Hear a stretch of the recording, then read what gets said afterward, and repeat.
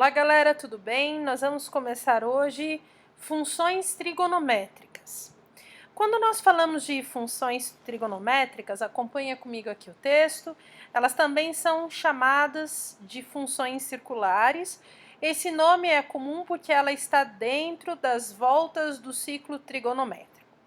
Quando eu falo das funções trigonométricas, existem três tipos: função seno, função cosseno e função tangente. Lembra que no ciclo trigonométrico, cada número está representando, está ligado, associado a um ponto na circunferência, né?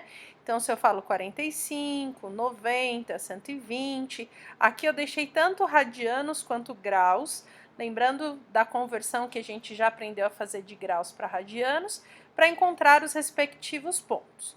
Então, nós entendemos desta forma que funções trigonométricas são chamadas de funções circulares, porque ela está falando da volta no ciclo trigonométrico. Três funções principais: seno, cosseno e tangente. Quando a gente fala dessas funções trigonométricas, elas são classificadas também como funções periódicas. O nome já é bem sugestivo, né? Função periódica são aquelas funções que acontecem num determinado período de tempo. Ele é um fenômeno periódico, porque a cada tempo aquele fenômeno acontece. A gente tem uma função periódica quando a gente fala de cometas. Cometa Halley é um exemplo destes, ou quando a gente está num carrossel e tem aquele giro, né? Então você tem um período, o tempo que demora para você fazer uma volta completa. Quando a gente fala dessas funções periódicas, a primeira função é a função seno. E a periodicidade, o período dela vai ser de 2π. Então a expressão vai ser função de x é igual a seno de x. Nós vamos avançar depois para a parte de cálculo. Primeiro eu preciso que vocês identifiquem o que é uma função trigonométrica, o que vai ser uma função periódica e observar através do gráfico que tipo de função ela é. Então nós já vimos, quando a gente faz as voltas, né? Ângulos que são côngruos, as primeiras determinações, que a função seno ela sempre vai ser mais, menos, menos. Primeiro e segundo quadrante positivo, terceiro e quarto quadrante negativo. Nós chamamos estas funções de uma função ímpar. Olha só, se eu olhar a partir do primeiro quadrante, vamos lá.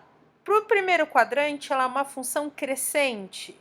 Segundo quadrante, decrescente. Terceiro quadrante, decrescente. E quarto quadrante, crescente.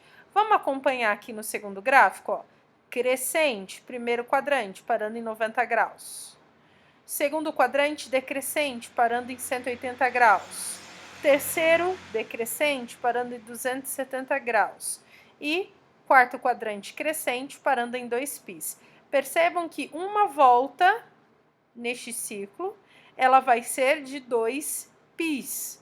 Esse movimento que a gente está vendo aqui é um movimento chamado de curva senoide. Percebam que só de você olhar, olha, qualquer gráfico que você veja de função, e você olhe a parte aqui da minha onda, da minha curva senoide, ela está passando pela origem, tá vendo? Isso vai ser um gráfico senoide. Quando nós avançarmos as outras funções, vai ficar muito evidente a diferença entre elas, tudo bem? Então, novamente, ela vai ser uma curva senoide, ela vai ter a sua volta completa em 2π, primeiro quadrante, segundo, terceiro e quarto. E você vai perceber que ela vai passar pela origem, tudo bem? Origem do meu plano cartesiano. Então, próxima aula, nós avançamos em função cosseno. Até mais, tchau, tchau.